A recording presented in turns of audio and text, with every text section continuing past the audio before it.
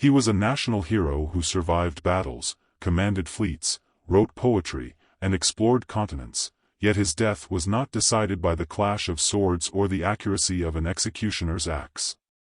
It was decided by a single verdict in 1603, a verdict that did not kill him, but instead left him to walk the earth for 15 more years with the shadow of death chained to his name. That is the paradox of Sir Walter Raleigh. He did not die once, but slowly, piece by piece, as titles, wealth, reputation, and family were stripped away. When the axe finally fell in 1618, it was not just a punishment, it was the closing act of a long, calculated execution performed by politics, paranoia, and foreign gold. Imagine being condemned to death, spared, and then forced to wait 13 years knowing the sentence still lived. What does a man become under that weight? And what does it say about a kingdom willing to sacrifice its most famous servant for the sake of diplomatic convenience? Stay with me, because Raleigh's execution was far more brutal than you imagine, and by the end, you'll see why. And if you value history built on documents and eyewitness accounts, consider subscribing now. When Queen Elizabeth I breathed her last on March 24, 1603, the kingdom changed overnight. For more than 4 decades she had embodied the state. Her court was her instrument, her favorites her weapons. And no man had risen higher in that world than Sir Walter Raleigh. By the 1590s, Raleigh stood at the center of Elizabeth's realm. He was captain of the Queen's Guard, entrusted with her personal safety. He was warden of the stannaries, overseeing the rich tin mines of Cornwall and Devon. He served as governor of Jersey, held lucrative monopolies over wine licenses, tin, and cloth, and maintained a seat in Parliament. His fortune allowed him to live at Durham House on the Strand, a mansion fit for princes. He was celebrated as a soldier at Cadiz, known as a poet, patron of explorers, and, most importantly, as Elizabeth's confidant. Admirers saw brilliance, enemies whispered of arrogance. By the year of Elizabeth's death, Raleigh was both indispensable and envied. The succession to the throne brought all of this into question. James VI of Scotland, now James I of England, entered London with different priorities. Where Elizabeth had thrived on spectacle and the boldness of favorites, James valued scholarship, compromise, and, above all, peace. He was deeply insecure, haunted by plots against his life, and weary of England's long rivalry with Spain. Raleigh represented everything he mistrusted: a war hero, a symbol of Elizabeth's militant court, a man admired by the public yet hostile to Spain.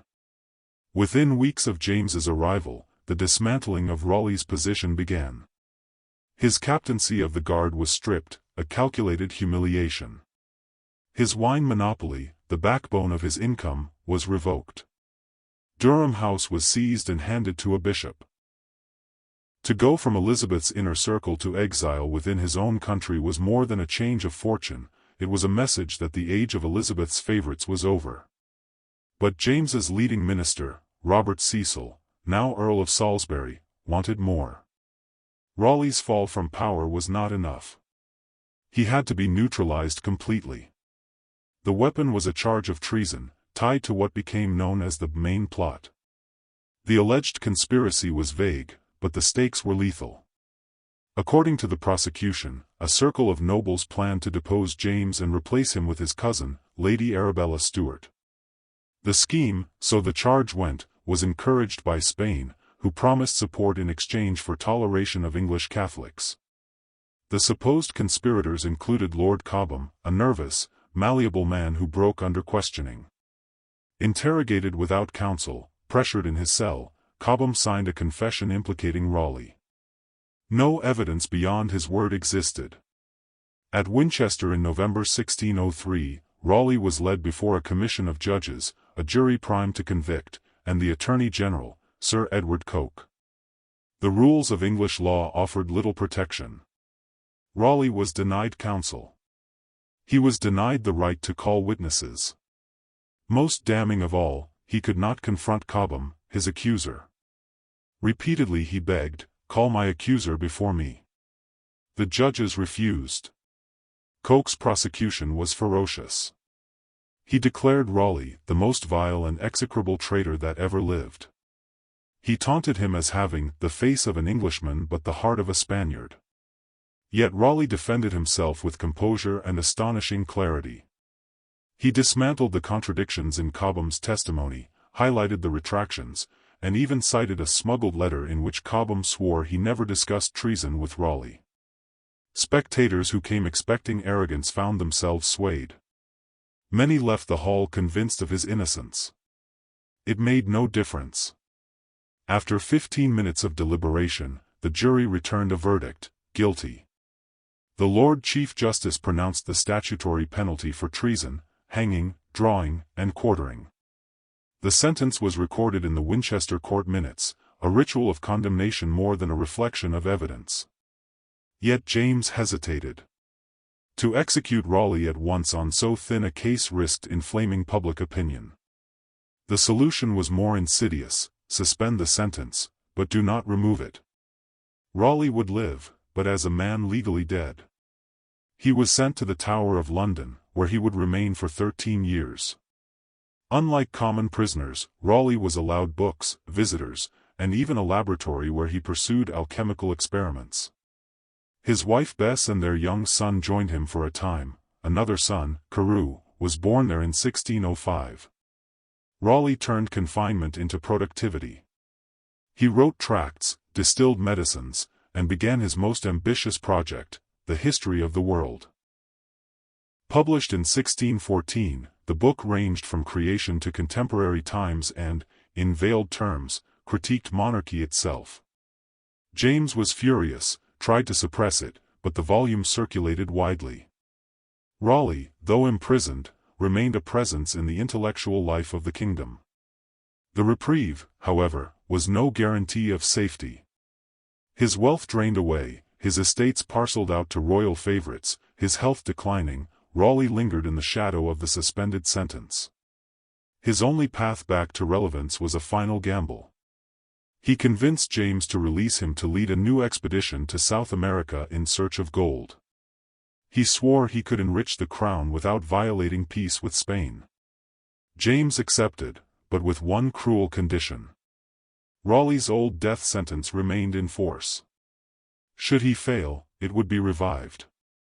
The fate of Sir Walter Raleigh was not sealed by evidence alone. It was shaped by men and women whose motives collided at the heart of Jacobean politics. To understand why his sentence, once suspended, was finally carried out, we must look closely at the figures who guided, or abandoned, him. James Stuart, who came south from Edinburgh to claim Elizabeth's throne, had spent his life under threat. In Scotland, conspiracies had been routine. His own mother, Mary, Queen of Scots, was executed after plotting against Elizabeth. James craved stability above all. A natural scholar, he enjoyed theology and poetry more than war. Yet beneath that learning lay a vein of insecurity. He feared armed nobles, distrusted popular heroes, and recoiled from those who reminded the public of Elizabeth's golden years. For James, Raleigh was the embodiment of that danger. A celebrated captain, a man admired by the crowds, and a voice that spoke forcefully against peace with Spain, he stood as a rival symbol of authority. James wanted peace with Madrid to secure his dynasty and protect trade. Raleigh, with his anti-Spanish record, was an obstacle. To remove him was not simply policy, it was survival. If James feared Raleigh, Robert Cecil exploited that fear. Hunchbacked but razor-sharp, Cecil had survived the dangerous waters of Elizabeth's court by mastering intrigue. By 1603 he had risen to Earl of Salisbury, effectively running the new king's administration. Cecil understood the danger of allowing Elizabeth's old favorites to linger near power. They were wealthy, popular, and bound by loyalties that might one day oppose the Stuart dynasty. Raleigh, with his monopolies, estates, and military following, was precisely the kind of figure Cecil sought to neutralize. By aligning himself with the new king's suspicions, Cecil ensured his own dominance. He supplied the machinery, the investigations, the interrogations, the framing of charges, that converted royal unease into a guilty verdict. And once Raleigh was condemned, Cecil's faction inherited many of the rewards, confiscated lands, royal favor, and political breathing room. No figure loomed larger in Raleigh's last years than Don Diego Sarmiento de Acuña, Count of Gondomar, Spain's ambassador in London. Brilliant, witty, and relentless, Gondomar cultivated James with charm and constant flattery. He also played on the king's longing for peace. Gondomar painted Raleigh as a pirate, a heretic, and an adventurer whose schemes would plunge England into another war with Spain. Spanish diplomacy pressed constantly for Raleigh's removal. Gondomar's dispatches to Madrid describe him urging James not to trust the former favorite, warning that releasing him was equal to endorsing piracy. When Raleigh sought permission for his Guiana venture, Gondomar maneuvered to ensure the expedition would collapse. He secured promises that Raleigh must not harm Spanish subjects, while secretly alerting colonial governors to expect an English fleet. His aim was clear: force Raleigh to fail, then insist that James enforce the death sentence still hanging over him. In this, Gondomar succeeded. Raleigh's death was as much a Spanish victory as an English judgment. The main plot that condemned Raleigh hinged on the word of one man, Henry Brooke, Lord Cobham. Weak in character, easily frightened, Cobham cracked under interrogation. Pressed without legal counsel, he signed a confession naming Raleigh as a co-conspirator. That paper was the prosecution's cornerstone at Winchester. Yet Cobham wavered. He retracted his accusation, then reaffirmed it under fresh pressure. At one point he smuggled out a letter explicitly declaring Raleigh's innocence. But his fear of punishment, combined with the government's determination to convict, made him pliable. The judges never allowed Raleigh to confront him in open court. Instead, scraps of Cobham's contradictory testimony were presented as proof of treason. Cobham was not the architect of Raleigh's fall, he was the instrument. His weakness supplied the government with the accusation it required. When Raleigh finally secured release from the Tower in 1616, it was on the promise of finding gold in Guiana. The expedition was entrusted to his old companion, Captain Lawrence Kemys. Kemys had sailed with him in earlier ventures and was unwaveringly loyal. But that loyalty carried a price. Raleigh, weakened by years of confinement, left Kemys to command the inland assault while he remained at the river's mouth. With Kemys went Raleigh's 23-year-old son, Wat. The order was clear: avoid conflict with the Spanish. But when Kemys encountered a fortified settlement barring access to the interior, battle followed. Whether the English or the Spanish fired first remains disputed. In the clash, Wat Raleigh was struck down and killed. For Raleigh, the loss was devastating: his expedition ruined, his son dead, and his royal orders violated. Kemys, overwhelmed by guilt, ended his life rather than face the king's wrath. His suicide confirmed what Gondomar and Raleigh's enemies needed: proof that the mission had crossed into open aggression. What remained for Raleigh was the revival of the old sentence. In this sense, Kemys and Wat, one through loyalty, the other through tragic accident, sealed the outcome Raleigh had tried to escape. Amid these figures stands one more: Elizabeth Bess Throckmorton, Raleigh's wife. Once a lady-in-waiting to Queen Elizabeth, she had married Raleigh in secret, earning the Queen's fury but proving her devotion. During his long captivity she lived with him in the Tower, bore him children, and fought to preserve his estates. After his execution she took possession of his embalmed head, keeping it with her for nearly 3 decades until her own death. Bess did not shape the verdict, but she shaped the memory. Her guardianship of his remains and her tireless petitions for his reputation ensured that Raleigh's story outlived the men who condemned him. In a court of shifting factions and foreign influence, she alone remained constant. Raleigh's fall was the product of fear, ambition, and foreign diplomacy. James sought security, Cecil sought dominance, Gondomar sought Spanish victory, Cobham sought survival, Kemys sought loyalty, and Bess sought remembrance. Each left a mark on the path to the scaffold. Which of these men wanted the head, and whose orders were they following? The downfall of Sir Walter Raleigh cannot be explained by personalities alone. Behind the actions of James I, Robert Cecil, and Count Gondomar stood wider pressures, economic weakness, diplomatic necessity, and the mechanics of patronage. Raleigh's fall was the result of these forces intersecting with his personal enemies. When James inherited the English throne, he also inherited a staggering financial burden. Elizabeth had fought costly wars in Ireland and against Spain, leaving the treasury strained. By 1604, James's government was spending well beyond its revenues. The Crown relied on Parliament for subsidies, but sessions were bitter, with members wary of royal extravagance. Spanish gold offered a solution. Through trade and diplomacy, James hoped to tap into the wealth flowing from the Americas into Madrid's coffers. Peace with Spain, concluded by the Treaty of London in 1604, promised not only security but also the possibility of subsidies, dowries, and commercial openings. In this climate, figures like Raleigh, who had built careers raiding Spanish possessions and promoting anti-Spanish ventures, were liabilities. Keeping him alive but sidelined was safer than allowing him freedom to act. For Spain, Raleigh symbolized English aggression.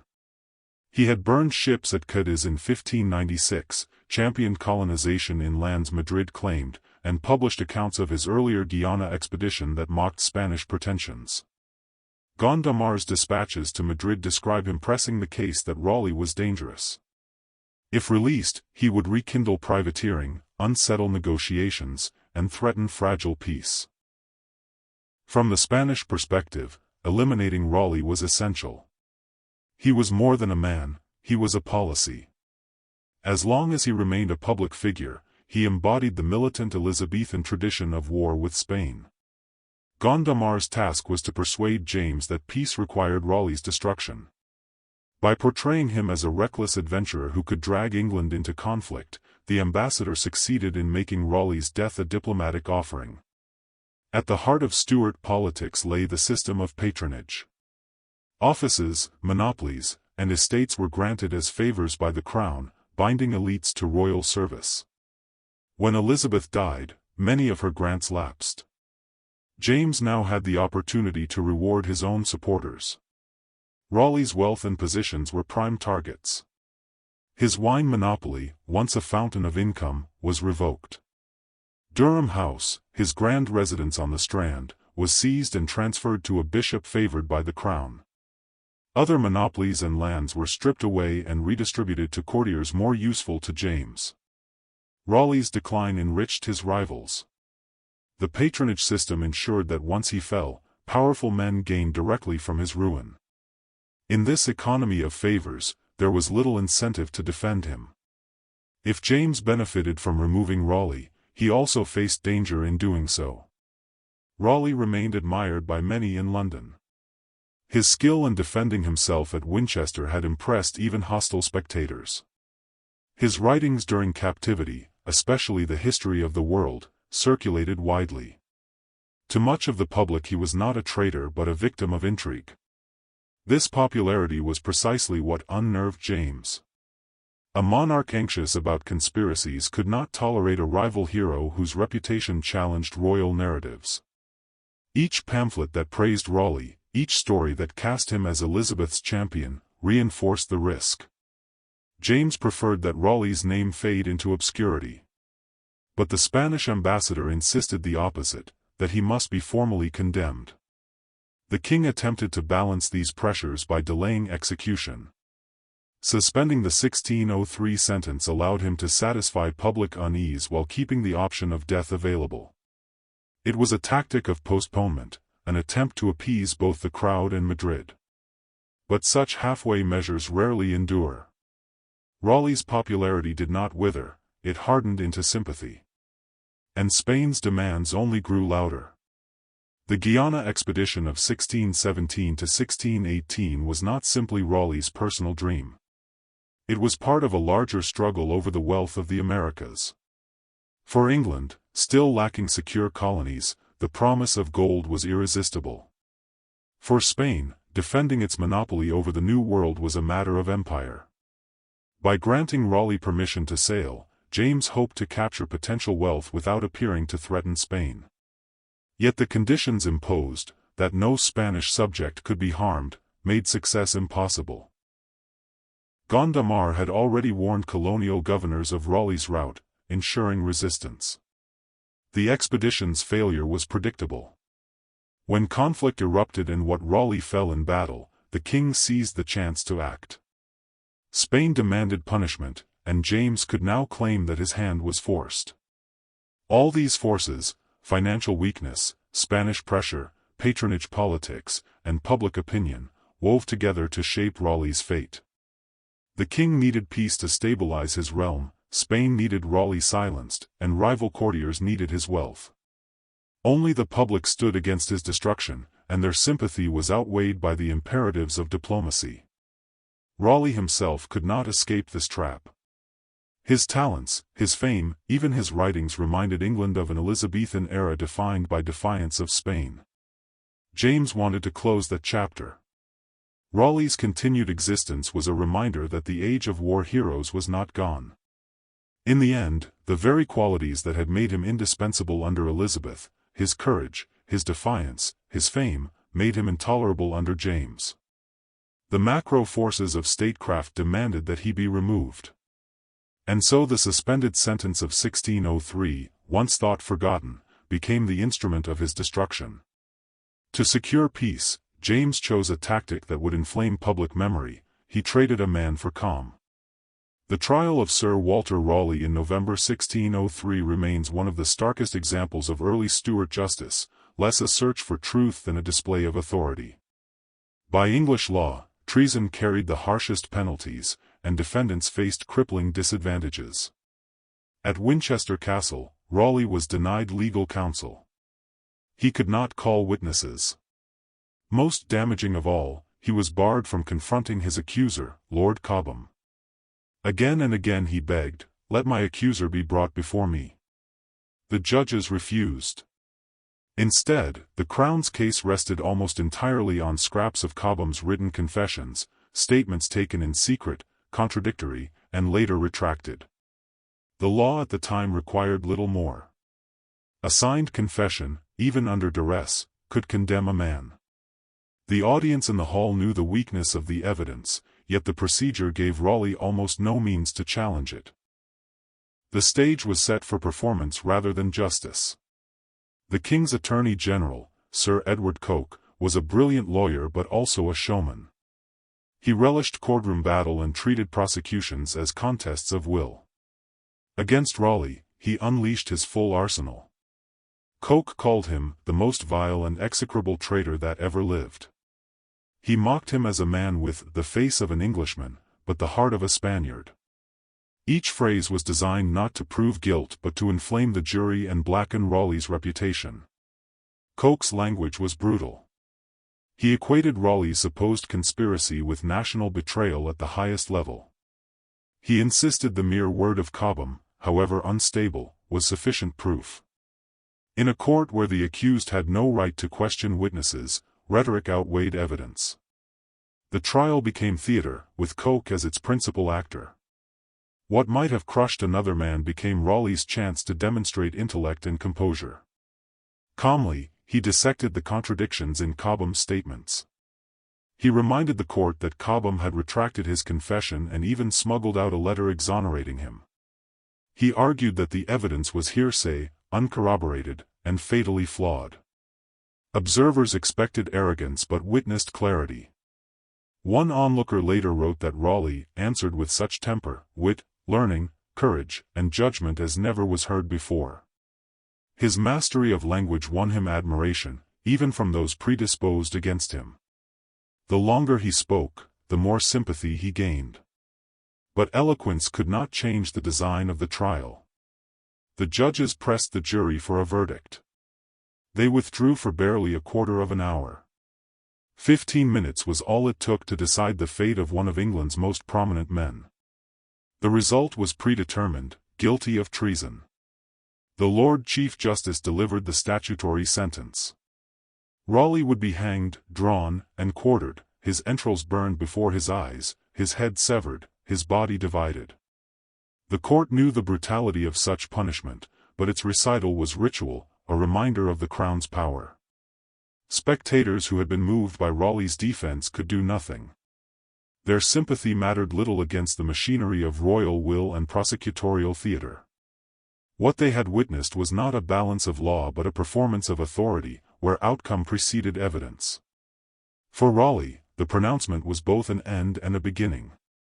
Though condemned, he was not yet executed. James I hesitated, wary of public backlash. The sentence was suspended, leaving Raleigh alive but marked. His long descent into the Tower began here, under the shadow of a conviction obtained with almost no proof. 15 minutes, that was all the jury required to brand him a traitor. Was justice served, or was a verdict chosen to avoid a Messier truth? Tell us your view in the comments below. By 1616 Raleigh was 64 years old, frail for more than a decade in the Tower. Yet he convinced King James that he could still serve the crown. His proposal was bold. He claimed knowledge of a gold mine deep within Guyana, a prize that could restore England's treasury without violating peace with Spain. James reluctantly agreed, but with terms designed to guarantee failure. Raleigh would not be pardoned. His old death sentence from 1603 remained in force. And under pain of execution, he was forbidden to harm any Spanish subject. In June 1617 Raleigh's fleet of 14 ships sailed from Plymouth. Almost immediately, storms scattered the vessels. Provisions spoiled, fevers spread, and men died. By the time the fleet reached the South American coast, its strength was already broken. Raleigh himself fell gravely ill. Too weak to command the inland expedition, he stayed at the river's mouth while entrusting leadership to his longtime companion, Lawrence Kemys. With Kemys went Raleigh's son, just 23 years old. Kemys led 5 ships and about 400 men up the Orinoco River. Dense jungle, oppressive heat, and shifting currents slowed their progress. After weeks of struggle, they reached their target, Santo Tomé de Guayana, a fortified Spanish settlement built specifically to block English access to the interior. Both English and Spanish sources agree a clash occurred on the night of January 2, 1618. But who fired first remains disputed. English accounts claim the Spaniards opened fire without warning. Spanish colonial reports insist the English attacked in violation of Raleigh's orders. In the confusion, a battle raged through the darkness. During the fight, young Raleigh was struck down. Sources state he died instantly, shot in the head while pressing the attack. For Sir Walter, waiting far downstream, the news was shattering. His hopes for treasure had collapsed into personal tragedy. The expedition had achieved nothing but bloodshed. Despite capturing the town, Kemys found no trace of the promised mine. For 3 weeks he searched the surrounding jungle. Each day confirmed the truth: there was no gold, or at least none within reach. To make matters worse, his assault had broken the king's explicit command. He had engaged Spanish forces, ensuring Gondomar would demand vengeance. When Kemys returned to report, Raleigh's grief turned to rage. He accused his old companion of ruining him, costing him his fortune, his reputation, and his son. Desperate, Kemys withdrew to his cabin. He shot himself in the chest, but the wound was not fatal. He then drove a knife into his heart, ending his life in despair. Leaderless and demoralized, Raleigh's men considered turning pirate. Some demanded they hunt Spanish treasure ships to salvage the voyage. Raleigh forbade it. He forced the remnants of his force back onto their ships. Sick, grieving, and disgraced, he ordered the fleet to sail for England. By the time Raleigh reached Plymouth in June 1618, his fate was already sealed. Gondomar had pressed James relentlessly, pointing to the violation of royal orders and the attack on Santo Tomé. Raleigh attempted to escape across the Channel to France, but he was betrayed by his cousin, Sir Louis Stukely, who delivered him to the crown for a bribe. Raleigh was returned to the Tower, where the old sentence of 1603 was revived. For 15 years Raleigh had lived under a suspended verdict. The Guiana expedition gave his enemies the excuse they required.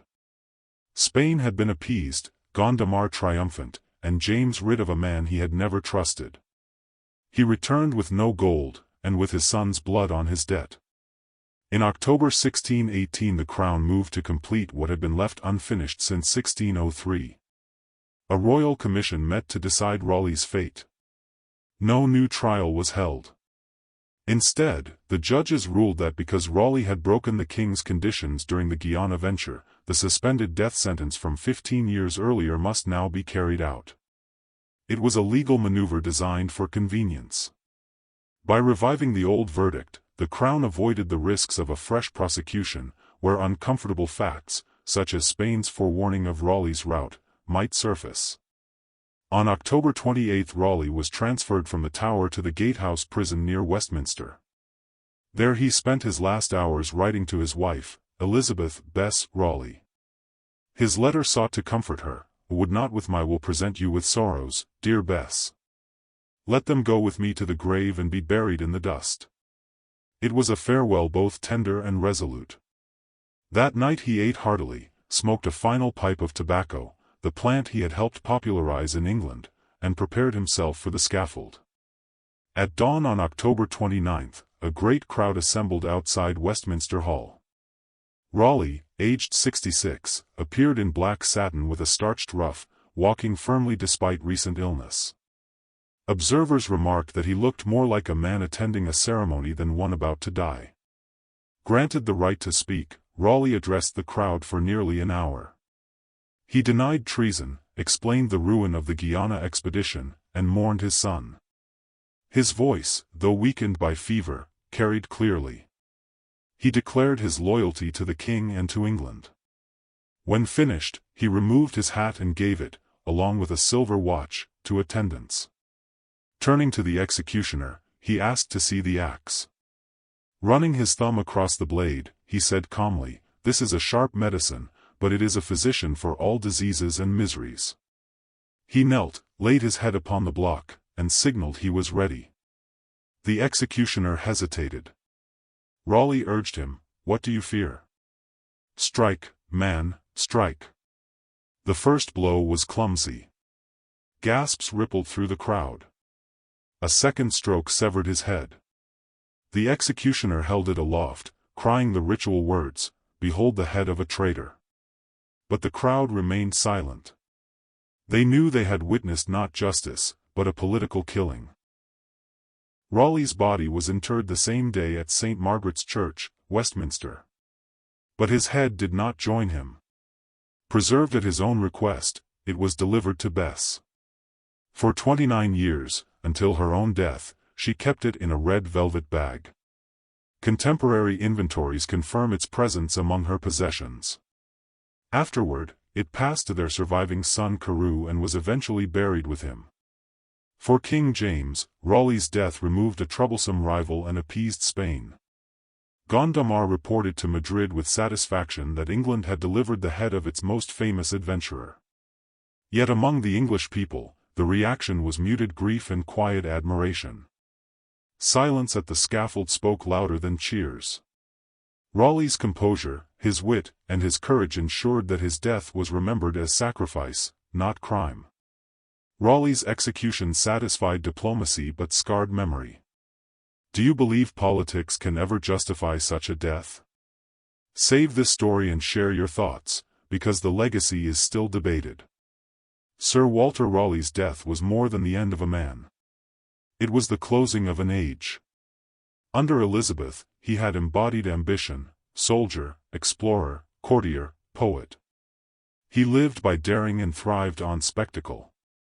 His downfall under James revealed a very different order, one where caution outweighed courage and diplomacy overshadowed glory. In this contrast lies the first lesson: a hero of one reign can be a liability in the next. Raleigh was not condemned solely for what he did, but for what he represented, a past that James wished to silence. The second lesson is the uneasy dance between politics and justice. Raleigh's conviction at Winchester rested on fragile testimony. His final execution in 1618 was not for new crimes, but through revival of a sentence already 15 years old. The law was bent to serve diplomacy. Spain demanded satisfaction, Gondomar pressed relentlessly, James obliged.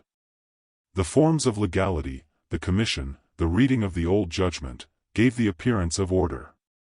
But the substance was political calculation. It shows how courts, when yoked to state interests, can become instruments not of justice but of expedience. Raleigh's legacy did not rest with James or with Gondomar. It lived in pamphlets, letters, and later histories. Some portrayed him as patriot, cut down by a timid king. Others as reckless adventurer whose arrogance doomed him. Still others cast him as martyr, a victim of Spanish intrigue. Each image reflected the needs of its audience. His own writings shaped much of this memory. The History of the World, composed in captivity, presented lessons from antiquity about tyranny, fortune, and the rise and fall of empires. Readers saw in its pages veiled warnings against Stuart policy. His poems, too, kept his voice alive, reflecting both courage and melancholy. By the mid-17th century, parliamentarians opposing Charles I looked back to Raleigh as a figure who had resisted royal overreach. His memory was contested, but never erased. What makes Raleigh's fate uniquely haunting is not the axe itself, but the delay. For 13 years he lived under a sentence never lifted. He wrote, raised children, conducted experiments, but always beneath the shadow of death. That long suspension was itself a punishment, an extended performance of control. His enemies denied him finality. They ensured each day reminded him that the axe still waited. The cruelty, then, lay not only in the clumsy stroke that ended his life, but in the years of humiliation, loss, and manipulation that preceded it. A drawn-out execution, carried out not on the scaffold but through politics, diplomacy, and silence. And yet, James's strategy failed in one crucial respect. By yielding Raleigh's head to Spain, the king hoped to erase his rival's influence. Instead, the opposite occurred. Raleigh's composure at the scaffold, his eloquence at trial, his writings from prison, all became part of England's collective memory. His widow's devotion, keeping his embalmed head for decades, transformed his death into legend. Later generations saw in Raleigh a mirror of their own struggles, against tyranny, against foreign dominance, against the erosion of liberty. His contradictions, loyal yet reckless, visionary yet flawed, made him human, and therefore unforgettable. They tried to bury him, but the hush at his beheading became his monument. History does not always speak with trumpets. Sometimes it whispers through silence, like the hush that fell over Westminster when the axe struck Sir Walter Raleigh. His enemies thought they had erased him. Yet 4 centuries later, we still speak his name. Raleigh's story is not just about one man's fall. It is about how power bends law, how diplomacy can demand blood, and how memory refuses to obey kings.